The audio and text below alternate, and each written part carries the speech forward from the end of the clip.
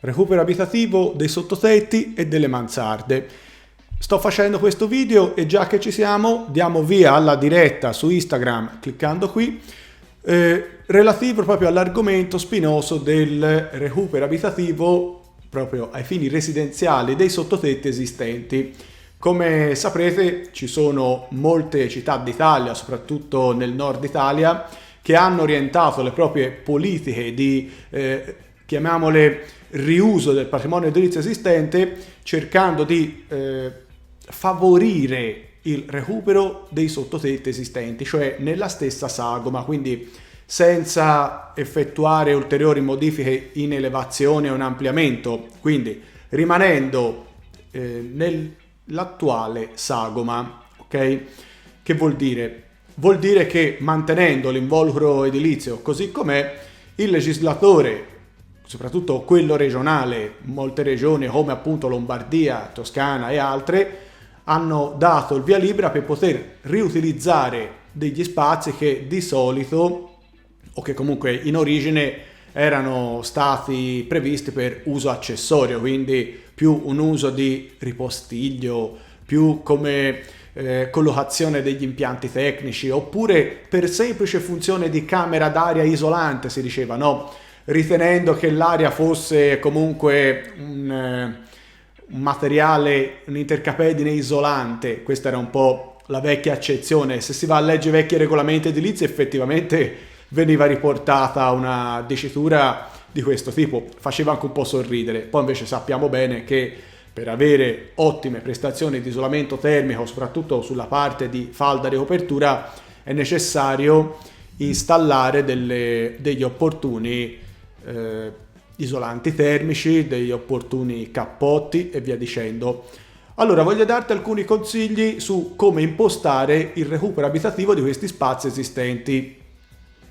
Primo aspetto che è necessario verificare: innanzitutto sicuramente la legge regionale avrà dato delle indicazioni, ma devi anche verificare quelle previste dallo strumento urbanistico comunale, piani regolatori e regolamenti edilizi in primis.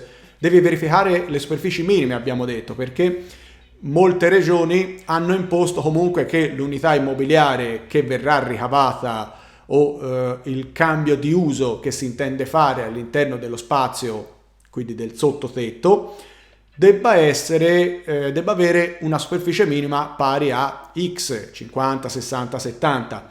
Alcune regioni, come la Toscana, invece hanno imposto comunque il limite che non si possa in alcun modo creare una nuova unità immobiliare. Cioè io ho un appartamento all'ultimo piano, sopra c'ho il sottotetto, va da sé che in molti casi si verifica anche il frazionamento. Ecco, in Toscana questa cosa non è ammessa attualmente, perlomeno alla data di oggi, 17 maggio 2018. Quindi sappiamo bene che soprattutto le leggi regionali sono molto ballerine in questo e, ripeto, a costo di venire a noia, bisogna verificare sempre anche lo strumento urbanistico comunale, chiamatelo piano regolatore, PUC, regolamento urbanistico, tutte le varie sigle che ogni regione che vai, sigla che trovi. Quindi questo è un po' il primo input.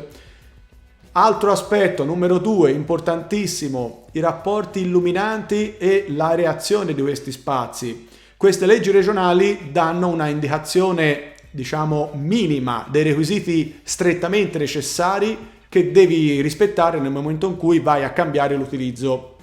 Si sta parlando, ripeto, di spazi che sono compresi fra l'ultimo solaio, quindi il solaio che è di calpestio sopra l'ultimo appartamento e quindi il cosiddetto soffitto dell'ultimo piano, e ciò che è compreso nelle falde di copertura. Ora l'Italia va da Trieste giù, si dice, quindi abbiamo una conformazione geologica, territoriale e anche climatica molto variegata. Quindi abbiamo dei climi che sono molto simili a quelli alpini e nord europei nella zona del Trentino, e abbiamo anche dei climi fortemente mediterranei, come la Sicilia ad esempio. Quindi si deve contemperare e tenere conto di queste situazioni. Mi spiego meglio. Nelle leggi regionali c'è appunto imposto un requisito importante, cioè il corretto isolamento termico sia in regime invernale che in regime estivo, perché d'inverno effettivamente nei sottotetti si crea una situazione di freddo enorme, quindi riutilizzare questi spazi ai fini abitativi, quindi creando un appartamento o comunque estendendo l'uso dell'appartamento anche al sottotetto, bisogna fare in modo che ci siano tutte le condizioni di abitabilità e di comfort. Ecco perché le leggi regionali, trattino strumenti urbanistici comunali e piani regolatori impongano una lunga serie di requisiti da rispettare. Quindi anche, abbiamo detto, i rapporti illuminanti vanno rispettati.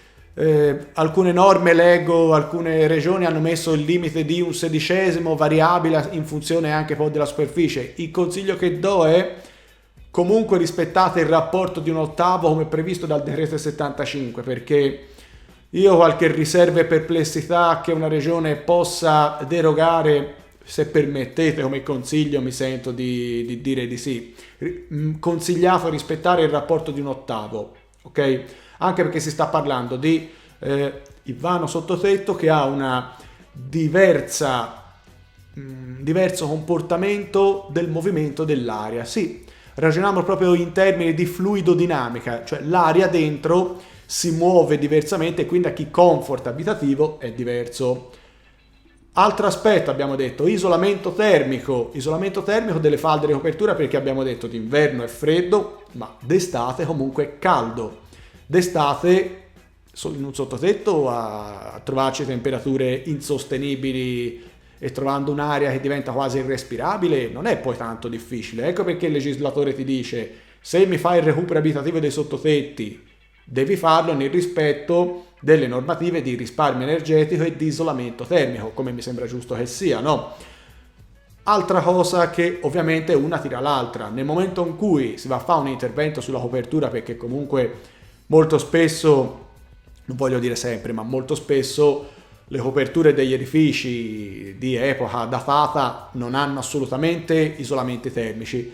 Ci sono alcune regioni in cui ci sono regolamenti e leggi che impongono l'installazione di ganci di copertura e ganci di sicurezza, le linee vita, le possiamo chiamare in mille modi, però hanno anche una specifica normativa che impone l'accesso e la movimentazione in sicurezza sulla copertura, quindi emerge poi anche questo aspetto.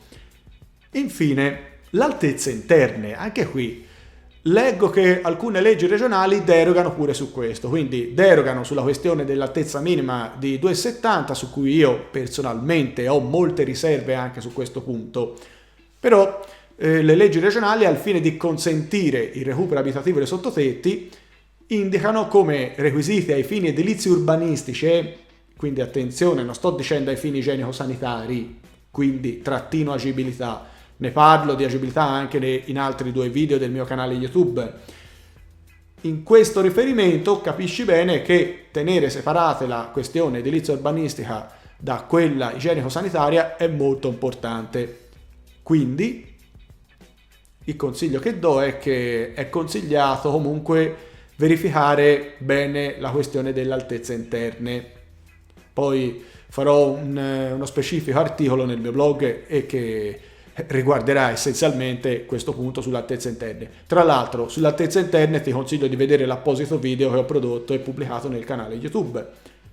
Quindi il recupero abitativo dei sottotetti per essere trasformati nelle cosiddette mansarde è una tattica, è una scelta che alcune regioni stanno incentivando. Perché? Perché alla fine non si va a consumare suolo in senso estensivo e orizzontale, no? Non si va a costruire nuovi ampliamenti come ad esempio il piano casa, non si va a fare nuovi corpi di fabbrica e quindi non si va ad aggravare ancora di più il territorio con un ulteriore carico urbanistico nuovo.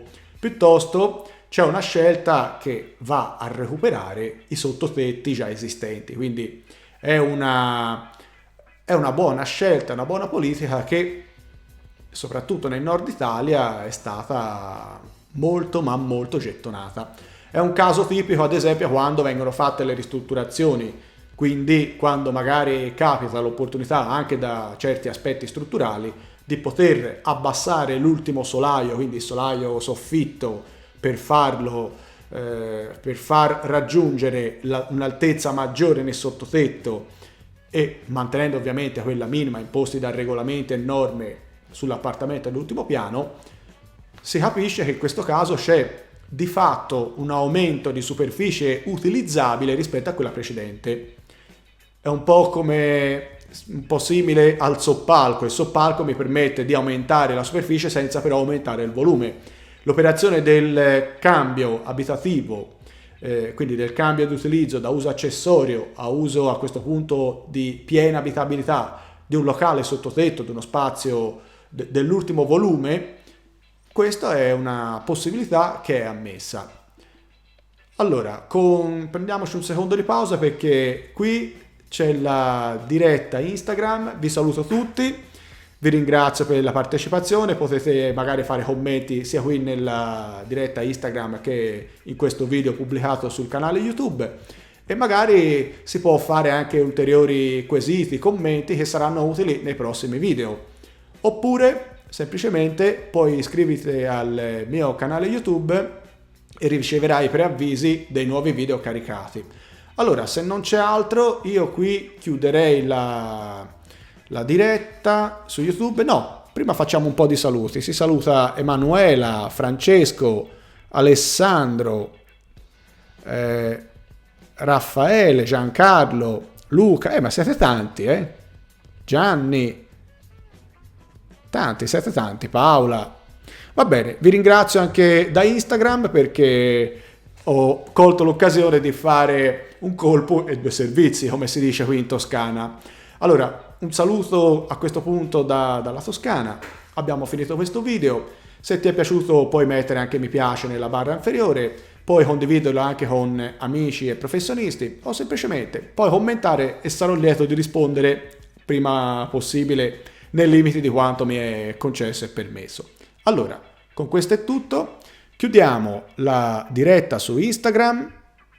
Ok. E chiudiamo il video su YouTube. Un saluto e ci vediamo al prossimo.